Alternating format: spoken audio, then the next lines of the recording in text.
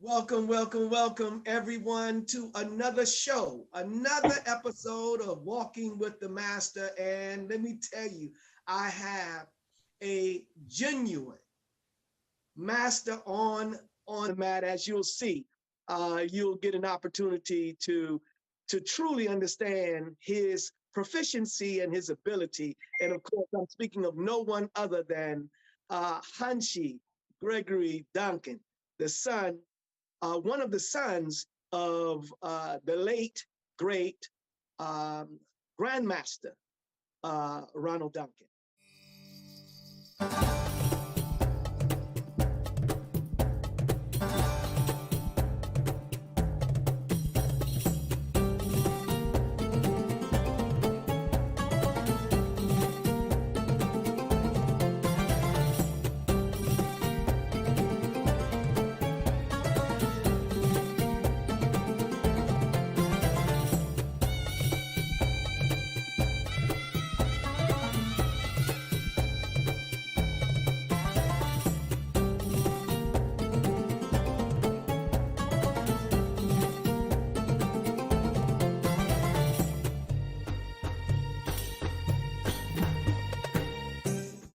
Welcome, Hanshi. How are you doing? I'm doing well. Thank you very much. And good morning, Grandmaster Muhammad. I'm doing Man, good. I just want to thank you very much for allowing me this opportunity to come on and spend some time with you and have our conversation. Thank you. yes, you're very welcome. And I'm really excited. I this show helps me to be more and more excited because there's so many people who think that they know you, they know myself, they know others that come on the show, but they get it such a great opportunity to listen to the real a real understanding of who everyone is, who you are. So I'm appreciative that you have given and that you are giving the opportunity for others to benefit from this here. And I'm truly grateful and humbled. So I gotta give you that humble bow. Yes, I'm humbled as well. Thank you very much. Thank you yes, very sir. much. You're Such very great. welcome. Yes, sir. But in this show, what we normally do is what I normally do is I always want to start at the root. And what is the root? The root is where we began, where we begin, because it's said that before a plant shoot comes up above the ground, it goes deep into the ground, establishing its roots, and then comes up. So we want to go into that early time, your beginning. And can you kind of go over a little of your beginning and how you got started, what you started with, and all of that good stuff? It's in your hands. Yes, sir. Well, as my dad would often say, I was exposed and raised in the martial arts from the cradle. I was always around it. It was a part of my being growing up. It was just a part of what we did. Um, the exposure that I had was tremendous. But I started, as a young child. I was born in the '60s, so that gives me 5+ decades of training and exposure. My dad was my primary instructor.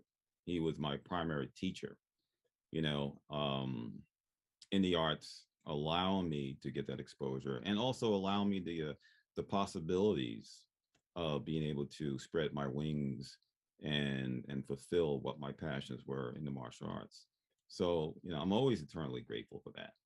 But his teaching still dwell within me, and I'm just very blessed and I feel privileged that I'm still able to do what I'm doing, and I'm still able to have a recount of what he's passed on to me. That's beautiful, beautiful. And I wanna. I mean, he was such an icon. And just think about this: that you grew up. You're not just the student, but you're the son. So you had a father who cared for you as a child, as a son, but Yeah. he also had the opportunity to guide you and see your prowess, your ability as a young man. Tell me about Dad, man. Tell me, how was the great Grandmaster Ronald Duncan? How was he? What was he? Tell me your uh, what was that life like? There were many facets to my father. Many people often see him as a person who was very focused and had a dimension of intensity. That also existed within our relationship and the dynamic of him as a father. But he had many layers. There was a sensitive side to him, of course, being a parent, being a father. You know, I was one of five siblings, and my dad was very creative. There was things about him that people don't realize, that he was a very talented singer. uh Mm, yes, music was something that was so important to him, very important to him. And some of my siblings have inherited that. My brother is a very good musician, plays the saxophone, has a love for the music and the arts. But my dad, I remember my earlier years, when we lived in Brooklyn, he would go out and he would perform in front of big bands. He would wear those, remember those shiny silvery tuxedos, and he would yeah. actually sing lead in front of these big 20-piece bands. And I kind of took that for granted, but I knew that he had that ability, because being that he was from Panama, and when he was younger, he actually recorded a record. And, so his trajectory could have gone either way, either in music or anything else that he had put his mind to. But that's one of the very unique things about my father that I often think about. And I think about his ability to be diverse in his passions and his skill sets. But, growing up with my dad as a pioneer and practitioner of the arts, it was just what it was. I mean, I can't imagine it being any other different. I mean, I can't imagine it being different any other way. Um, and it was just part of what I did, who we were. For me, I just inherently had a passion for the arts. So there were times when he would kind of discourage me from getting involved in the martial arts, because he knew the challenges were it. But I was just, I had a passion. I enjoyed, whether I was actually on the mat training or just in the dojo watching. And to me, it was just like, I didn't mind spending a whole Saturday going to this dojo that he had in Brooklyn, 519 Court Street. And that was a very iconic school. A lot of individuals passed through the doors at that 519 Street dojo, the American Bushido Martial Arts Federation. But I remember as a child, my brother and I going there on Saturday, spending all day watching these guys train. And to me, that was a highlight. Mm. So, but yeah, he made sure that we had a balance. There was a balance in my life. I was involved in sports, involved in different types of athletics, and he supported that. And if I needed time away from the culture or the world of martial arts, then I make sure I took that time.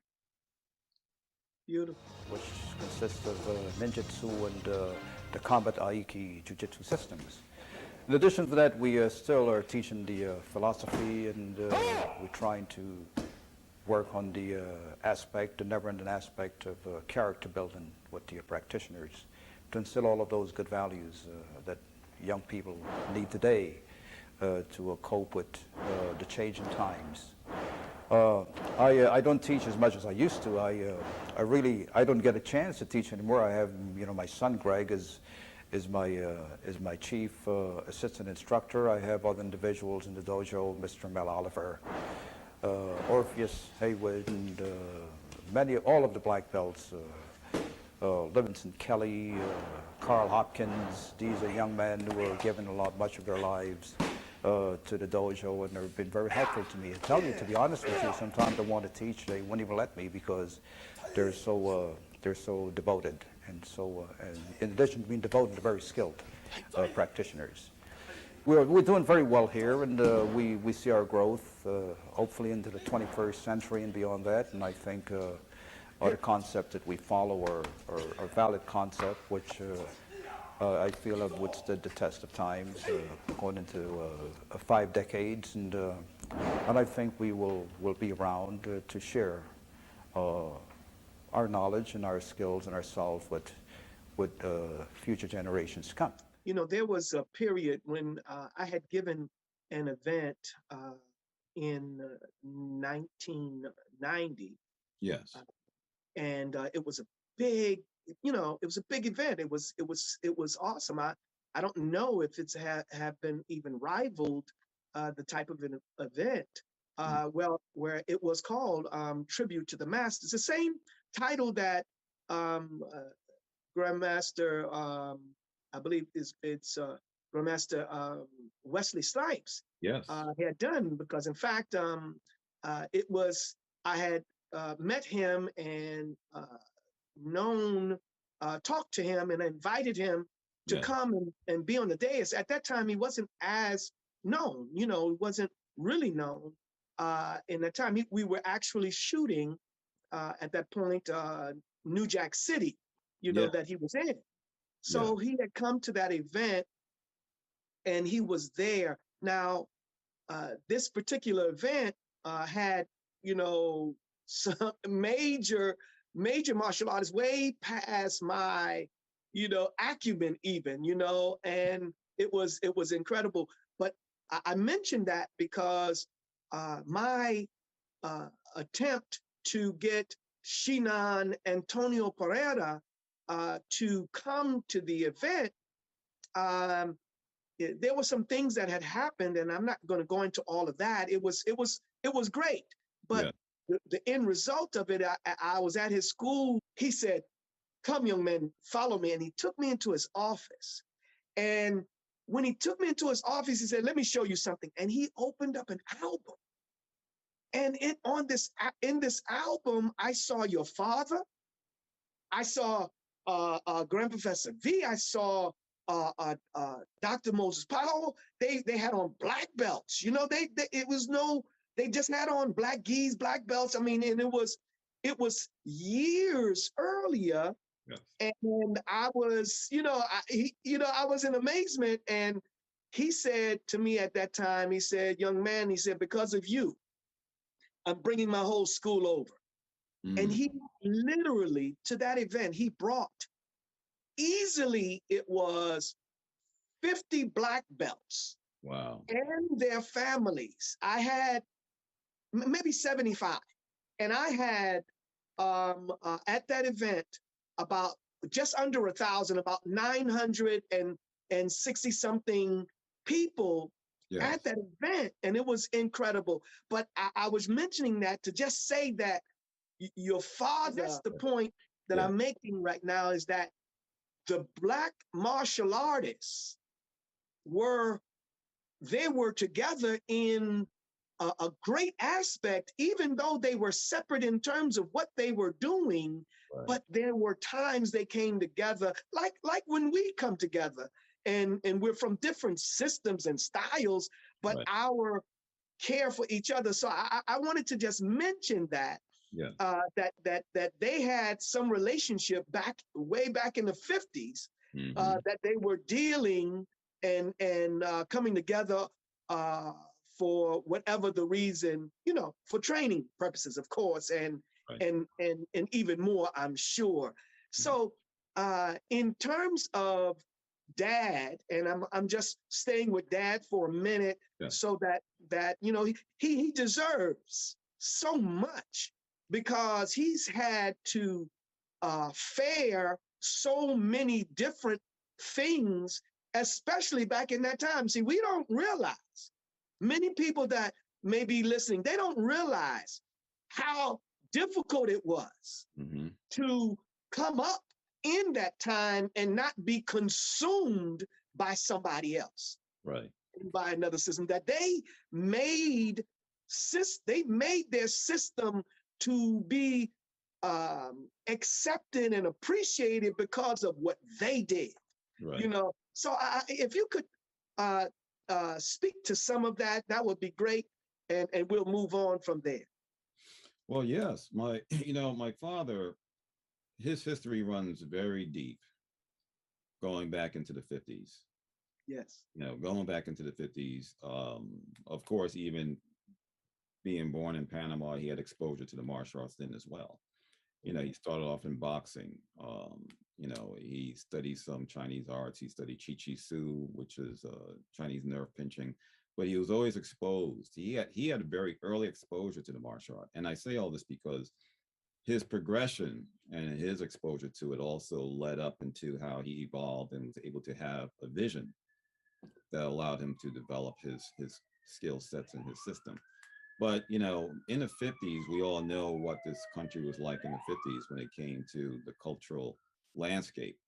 That's right. And he had to endure certain things. And it's very quite historic because his one of his early instructors, Professor Ernie Cates, incredible judo slash jujitsuka. And he was one of the top practitioners at the time. And he was a Marine. My father was a Marine. And this story is told often. This story is told quite often that when my father had eventually started training with Professor Cates, and this is down in Greensboro, South Carolina, I believe, North Carolina, South Carolina, where the Camp Lejeune base would be. Mhm. And he walked several miles through a town that was very hostile and very segregated. Mm. And when he walked into that dojo, everybody literally stopped and he walked to the front door. Okay, this is 1956, Yes. 57. He walked to the front door and they literally had to cover up those windows, So he broke that barrier. He broke the Mm. racial barrier. And at that time, there was quite a few notable practitioners who eventually went on and became pioneers in their own rights. And from that day on, he and Professor Cates have become very close. And my father trained and earned a Kodokan black belt in judo with Professor Cates. And to this day, he still speaks of that pivotal moment that was quite historic. So I say that because that was one aspect of his endurance, of his fortitude, and he had a vision. He knew what he wanted as a martial artist, as a Marine. And so breaking those types of barriers, I think, is such a landscape of people to recognize that it did take fortitude. To this day, it still takes fortitude, but back then it was quite Mm. different. Practitioners, those glass ceilings existed. The threats, being as volatile as it was back then, but he maintained and he sustained. And there were other stories that I can recant, but nonetheless, I think that was a very critical point in his history, and he endured that. So going on and having other instructors, Japanese-based martial art instructors, he trained with Dr. Naraki Hara of the Hakuryu organization. He was part of the Hakuryu Kindai Gakuryu. He had a lot of Japanese traditional martial arts. And even back then, there were certain things he had to endure and deal with, but it made him strong. It gave him that fortitude. It made him understand that he always had to work a little bit harder because of the nature, the cultural nature. But, you know, when he established himself in Brooklyn, when he eventually left the southern areas and came to Brooklyn, he had one of the earlier storefront dojos. And he had a lot of traditional certification and validation from the traditional Japanese arts. And that was very rare at that time. You're talking about in the late 50s, early 60s. Yeah. His first commercial school, one of his first commercial, well, he started teaching at the St. John's Recreation Center. And of Mm. course, that's where a lot of, we understand that Dr. Powell and many of the other individuals had passed through those doors. Yes. And he taught there, and that was probably the early days when my father and Dr. Powell had met and became colleagues and so forth and so on. And he opened his first commercial school at 519 Court Street in Brooklyn, Red Hook, Brooklyn. And that was quite historic. That was 1964. And at that time, he was teaching traditional martial arts from Aikijutsu, Jiu-Jitsu, Goshindo Kempo under Naraki Hara. He was part of Hakuryu organization. And that was a very pivotal point, especially in the East Coast martial arts. So, and of course, at that time, there's still a certain cultural dynamic that, he had to overcome. but it gave them an upward trajectory, and that is something that part of history I endure. I mean, I embrace, I embrace that. And I love that part of that history because, there's so many lessons involved with that, especially as people of color, when you have to adhere to a culture, that is very, when they define their art as being indigenous of theirs, sometimes they're a little bit more, difficult on you. They're a little bit more challenging on those who are considered outsiders, you see. But, to your point, he had to overcome, like many other practitioners at that time. He had to overcome. But, to use the term pioneer, he was a pioneer. Yes. He broke a lot of barriers. That's so beautiful. And we have to honor real pioneers such as that, because if they actually set the stage for us to do what we do the way we do it, and they had to endure so much more than us. We have to give them all of the credit in the world for doing what they have done. That's so right. So now, in terms of yourself now, and you're a young man coming up in the art under your dad, and what were some of the difficulties that you may have come across in just being the son of someone who is already recognized as an icon when you were even growing up? Well,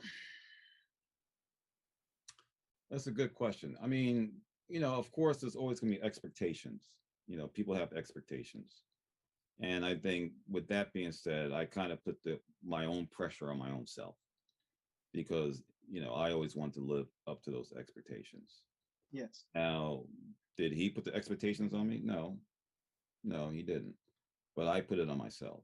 I realized that, okay, this is what I'm a part of. And being who I am, I was always a stickler for details and somewhat of a perfectionist. So I always strive to make sure that I had a certain level of skill set. Being able to embrace what was disposable to me in terms of everything, being able to absorb, everybody who I came in contact with. But my challenges were a little bit different. I think it was really more so predicated on what I perceived as being an expectation. Now, some people may have had biases because for whatever reason, they probably had a bias towards my father. Therefore, they have a bias towards myself. But that didn't really, it didn't factor in for me.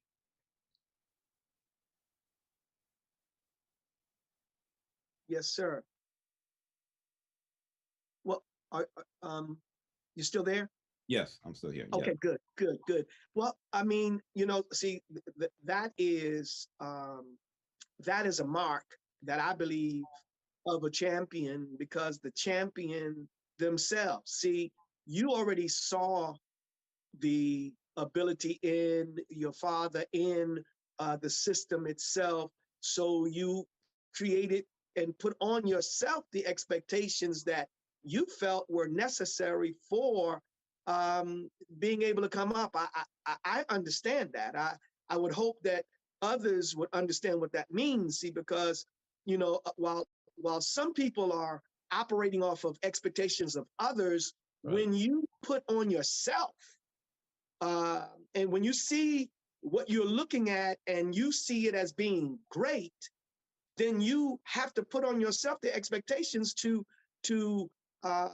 relate and operate off of the greatness that you see. So I understand and I appreciate that, what you just said, in terms of putting on yourself expectations so that we kept it up. Because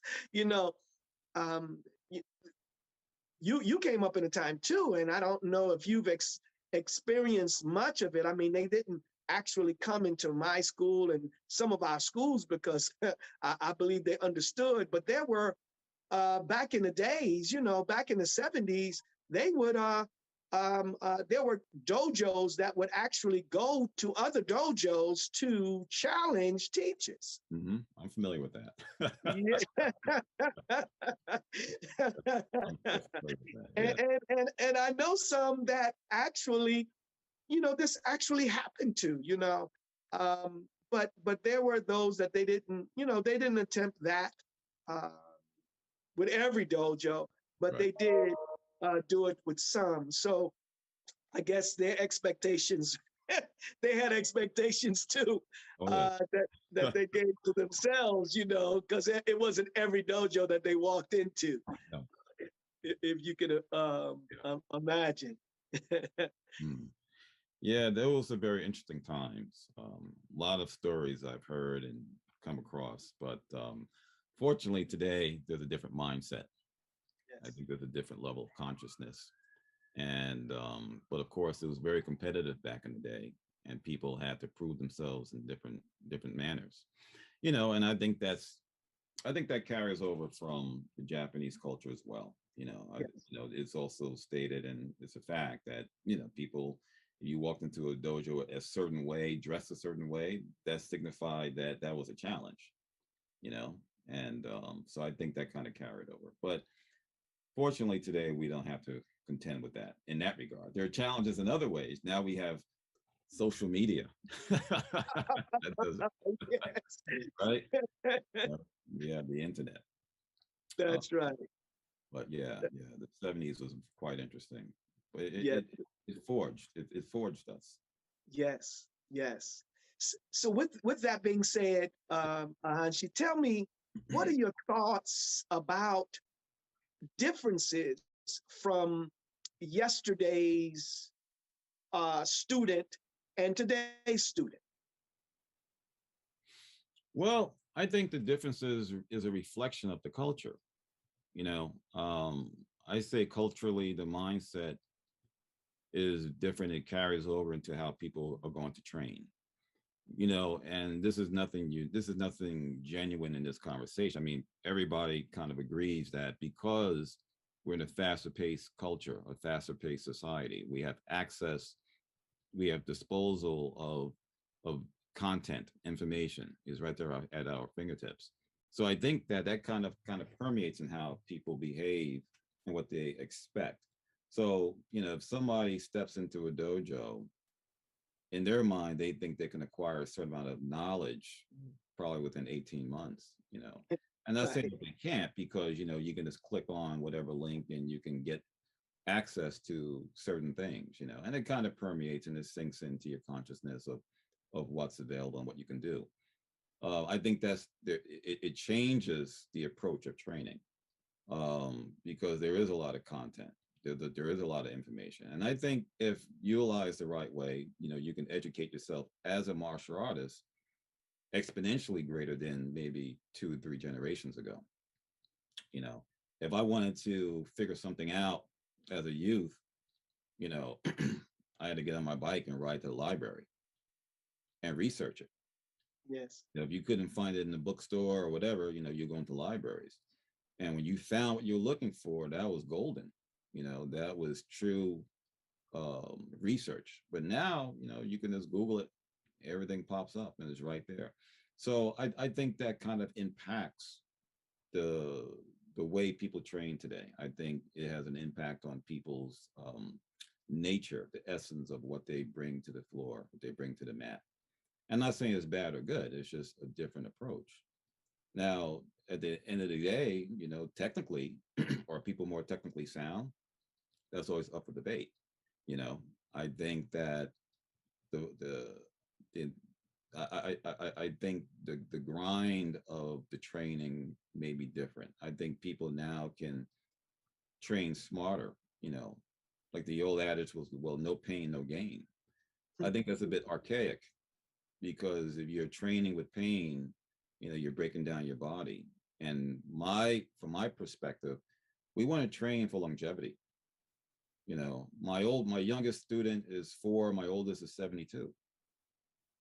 So I tell people, understand what your limitations are. And if you're 52, you want to be able to train when you're 72. You know, if you're 72, Right. you train when you're 82, you know, but as long as you recognize what your limitations are, that gives you that mindset, you know. So, you know, certain things I think we've evolved as a practitioner. You know, we're able to educate ourselves differently to preserve ourselves. You know, we didn't want to break ourselves down to think that we're proving a point. You follow?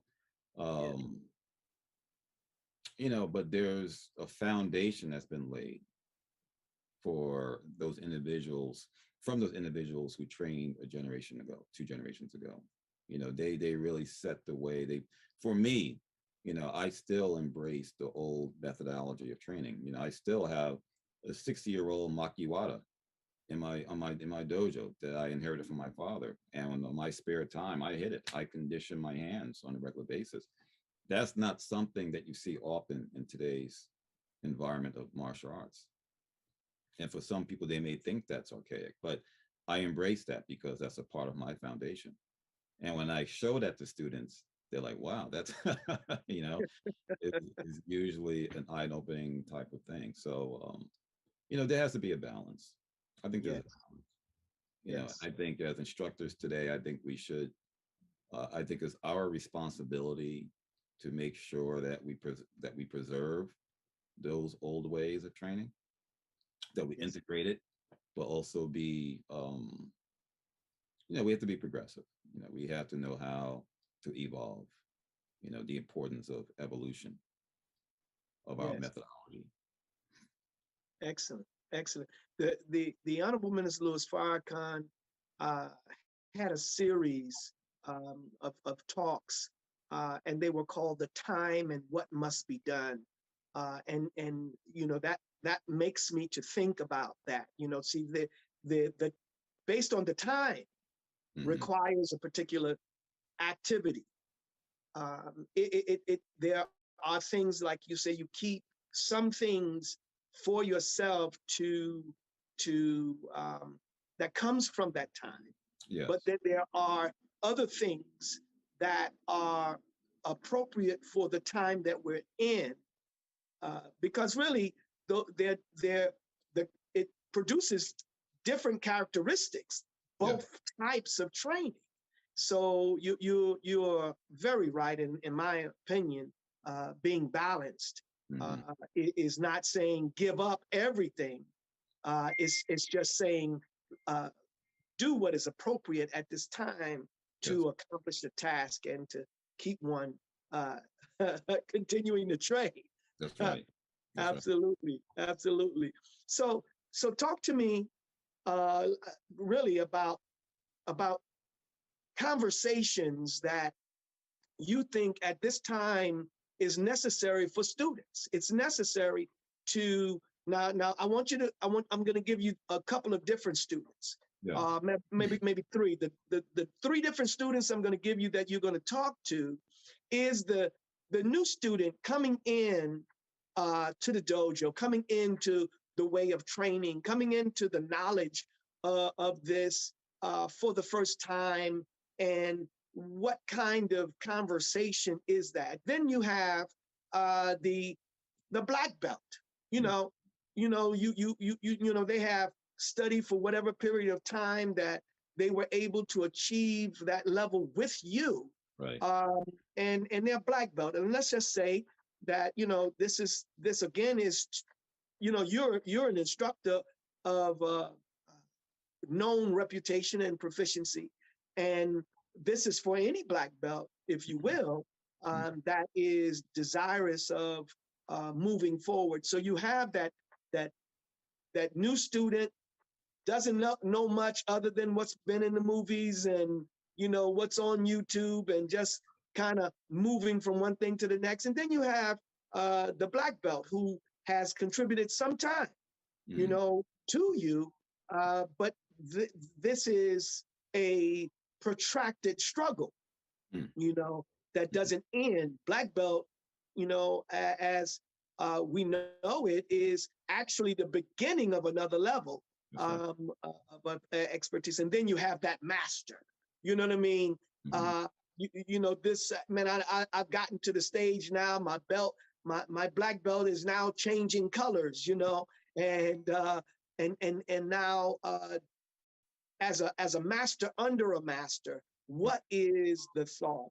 So I know I gave you just there's um, a lot in that, and you can pull it together however you'd like. But talk to me. I'm a new student coming in. What should I consider in this period of my development? Well, the first thing I ask people, what are your objectives? Why are you getting involved in the martial arts? And as long as you're clear in terms of what your end goal, what your objectives are, then you can really define and tap into that aspect of why you want to do this. But typically, not typically, always, I tell people to make sure that when you step on to the mat, you walk into my dojo, that you have good intentions. We want to train with positive intentions, you see, because martial arts for me, and this translates into every aspect, every level, beginner, intermediate, the black belt, the master. It's a personal and it's a very spiritual venture. As my dad will always tell myself and the students and the family, it's a spiritual thing. And that's your first level of protection. You want to protect your spirituality. Martial arts, I try to explain to people who can understand this, is that you want to allow it to transform you. Now, it may transform you spiritually, it may transform you physically, but there should be some level of transformation. Yeah. In the most rudimentary sense, developing your body, we're doing our conditioning, you're doing your crunches, you're stretching, you're transforming, you're building yourself. You're building yourself. At the same time, you have to keep in mind the importance of that focus. Because where the head goes, we all know the body follows. So you have to, that's what I mean, you have to come in with good intentions. Your intention is to make sure that you are transforming. And that's, to me, that's a very important facet, because now once you're able to accumulate and develop a foundation of skill sets as a basic, as a novice, as a neophyte, as some may say, eventually you're going to understand that you have the ability of self-viability. Understanding, okay, how do I protect myself now? What skills have I acquired? Am I able to have that level of viability when it comes to self-defense or, combative measures? Now, the conversation that I typically have with beginners is that, you have to have the patience, and you do not compete or compare yourself to anybody else, because we're all coming in at different levels with different capabilities, different attributes. So if I have a class of beginners and one person is 20 and the other person is 50, they're two different types of individuals. That 50-year-old has to measure where he starts, where she starts. And from that point, that's what they got to focus on. Okay, how am I progressing? How am I transforming? If you can do 2 push-ups today, God willing, by next month, you're doing 22, you see? And as long as that's put into place, then that's where the longevity of the training comes into place. As we progress, then of course, there's always that conversation of reality. Okay. Realistically, what are your limitations? What are your strengths and what are your limitations? And if you can come in terms with that and recognize what your limitations are. I mean, if somebody just says to me, well, I want to be able to kick straight up in the air, but meanwhile, you have bad hips, so you have a hip replacement, is that realistic? Right. Is that realistic? So the way I've always been taught, and the way philosophically my father will always try to transmit, was that we have to constantly make adjustments. If you're able to make adjustments based upon what your realization is, then that's when you really start fulfilling what your objectives may be. You see, and it all interconnects, but I think we should never, never let the importance of our spirituality dissipate. That's something said that there should always be first and foremost. because we're, as beings, as people, we're spiritual people. Am I right? That's that's right. And everything we do is interconnected with that. So when we understand that, I think that that plays a heavy role in our martial art journey. Of course, we understand the combatives. That goes without saying. We want to make sure that we have a certain degree of proficiency and understanding of what's going to allow you, that's going to give you that insurance. Nothing's ever guaranteed, but at least we have that much more insurance of Yeah. being Yes. viable. You follow.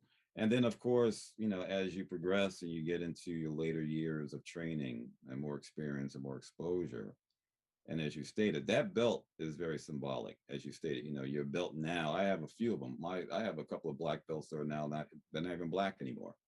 Yeah, right. They Right. turn to white. And I think philosophically, and I think it's interesting because life is that complete circle, and there's an old adage, you know, twice a child, once an adult. Hmm. You see, when we're babies, we're being nurtured and we're relying upon those who are caring for us. And then when we get to adulthood, now we think we know it all. And those who took care of us, this guy's a fool, and then eventually you mature. And now you understand the wisdom that was bestowed upon you from those who came before you. And you see things much more differently. So it was almost like a brand new beginning of understanding. You raised and you've risen yourself psychologically, spiritually. Your wisdom is different. So if you look at that and say twice a child, once an adult, I think that that ties in to who we are as martial artists. If you are blessed to have that amount of longevity as a practitioner, you know, um, as I get older and I see that I have to make certain adjustments, being 5 decades plus into this game, into this way of life, um, I feel, first of all, I feel extremely blessed because I'm still able to do what I've had a lifetime of a passion doing. Yes. I'm still able to do it. I'm still healthy. Martial arts has given me a vehicle of understanding the importance of health. It's given me a vehicle of being able to um, help others, being able to transmit and pass on certain things to others that's going to help them transform. So to me, that's an extreme blessing. Yeah. Um, and I don't take that for granted. I never ever take that for granted.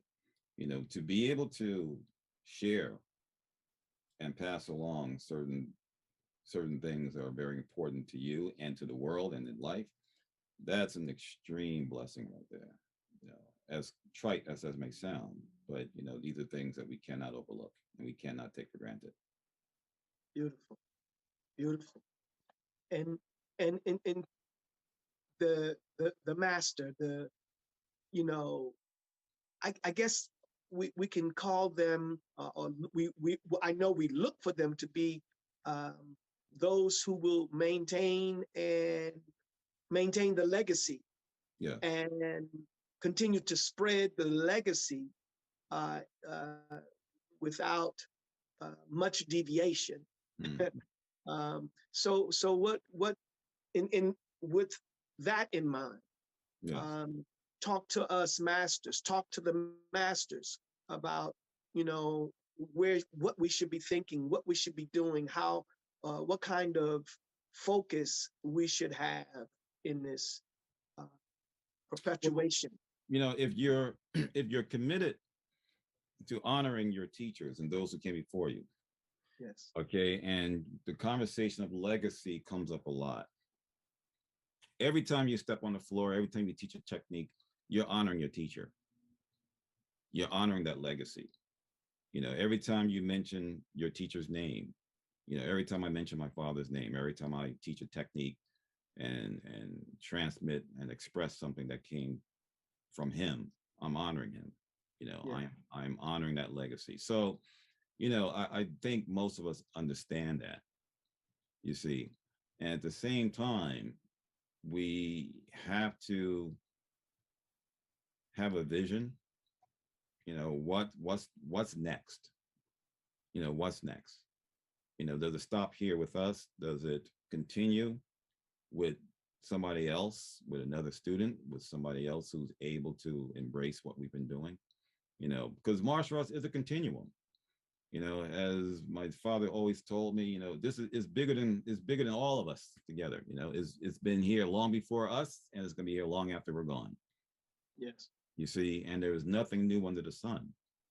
You see, it's interesting. I remember one of my students had brought me, she had shared a book that she had. It was written and it was published in it could have been like in the 1920s. And it was a judo / jujitsu book. This thing was an artifact. It was a beautiful book. And I'm looking at this book that was done in the 1920s, 1914, whatever. And I'm looking at these techniques, and the same thing that we practice in jujitsu, taijutsu 100 years ago. You see? So, the point that I make is that, it's been here, it's been here since the beginning of time, and it's going to continue to be here. So in terms of our specific vision and our specific legacy based upon our lineage, we have to be very responsible, with that. If it means that much to us, we have to be very responsible, and we have to take care of it and protect it. Beautiful, beautiful. I love it, man. I love talking to you. Yeah. I appreciate your intellect. I appreciate your disposition. Your character is flawless. Yeah, it's just beautiful. I appreciate you in that way, and I would ask, of course, for us later on to be able to come together again and have dialogue, because this is, so important for our students and others to understand you. I mentioned this before, that, Doc used to say, I am Sanukis. Now, he was saying himself, he was Sanukis.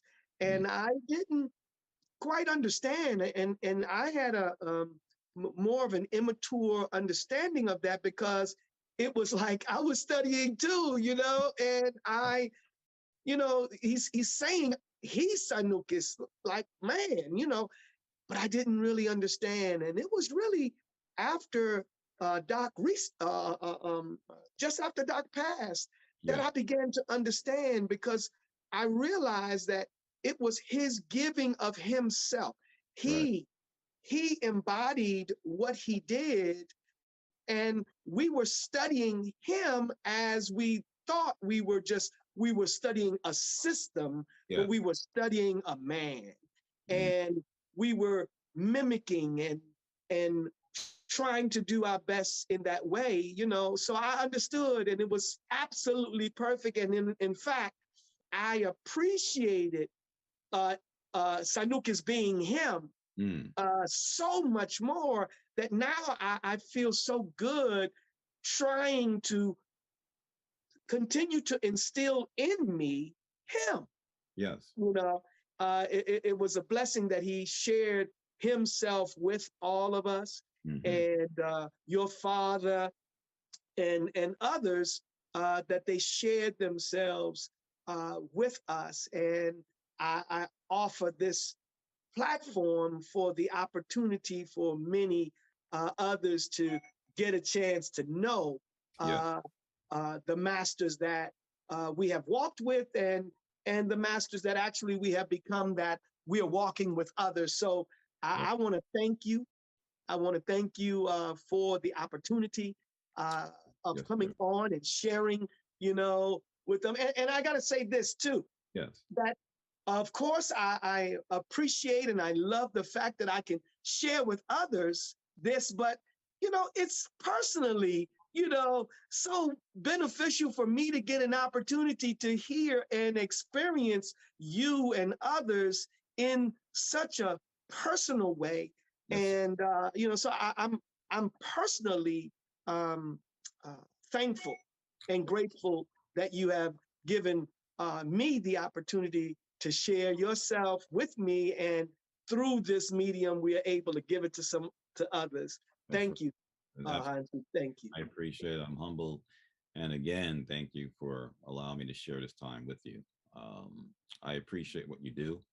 I appreciate what you represent. And you built yourself an incredible legacy as well, you know, and the martial art world appreciates you for that. So, you know, I appreciate you. I appreciate the fact that we've had this time, and, you know, continue blessings, grace and peace as always. Yes. But there's something that I wanted to share. I was looking through my scrapbook, and well, there's an image, you know, this is going back to 1964, the 1964 World's Fair. Ah, yes. Yeah. Wow. Yes. And here's if you can see it, there's a picture of my dad and Doc, you know, when they performed at the Japanese pavilion. Man, And that was part of the Dr. Nakihara's team, the jiu-jitsu team that performed at the Japanese pavilion in 1964 and in 65, you know, yes. at New York City World's Fair. So that in itself is another piece of history that is so valuable, you know. And there's always a connectivity there. And I'm just I love history. I'm just a nerd or a geek when it comes to that, you know. And you know, and in closing, there's something that, you know, I wanted to make mention earlier. The connectivity of today and yesterday, you know, this is a Yawata stick, a Yubibo Yawata stick. This was my father's. This is about 60 years old. And I keep it close to me. I keep it tucked away here. But I remember he always carried this. All right. And you understand the significance of it and philosophically what this represents, you know. And whenever I touch this, you know, I know that he's touched it, you know. I know his DNA is on this, you know, and I always feel that much more stronger. And I love using it, you know. It's one of those things that's just a perfect feel, and you can never ever find these. But this was something that he carried in his suit pocket all the time. But this is very dear to me. So this is something that I look at, and it reminds me of his journey, you know. And this stick here is my very first weapon. I got when I was 10 years old, and I actually performed with this at Madison Square Garden, and it was custom made. I was a little guy. It was custom made to fit my hand and fit my forearm. And I remember I performed with this at Madison Square Garden, right there at the Felt Forum. So I hold on to these things because it keeps me grateful that, you know, I'm still here and I'm able to share stuff like that and speak about this and do what we're doing. Awesome. Awesome. I mean, that's beautiful. I appreciate that. That's some great history. I would love if you could just take a shot of that picture, and so I could have it in my scrapbook too. Yes. I would appreciate that. Thank you, Hanshi Greg Duncan. Thank you very much for your time, your patience, and being you. May God continue to bless you as I greet you. Grace and peace. Thank you. All right, family. Listen, you got it right here. You saw it. This was powerful, and we look forward to having another opportunity and another time to share this walk with the master. Take care, everyone. Every student of a master here today, you reflect your master teacher. You want to walk like him. You want to talk like her. But you start by having an object in front of you that you admire.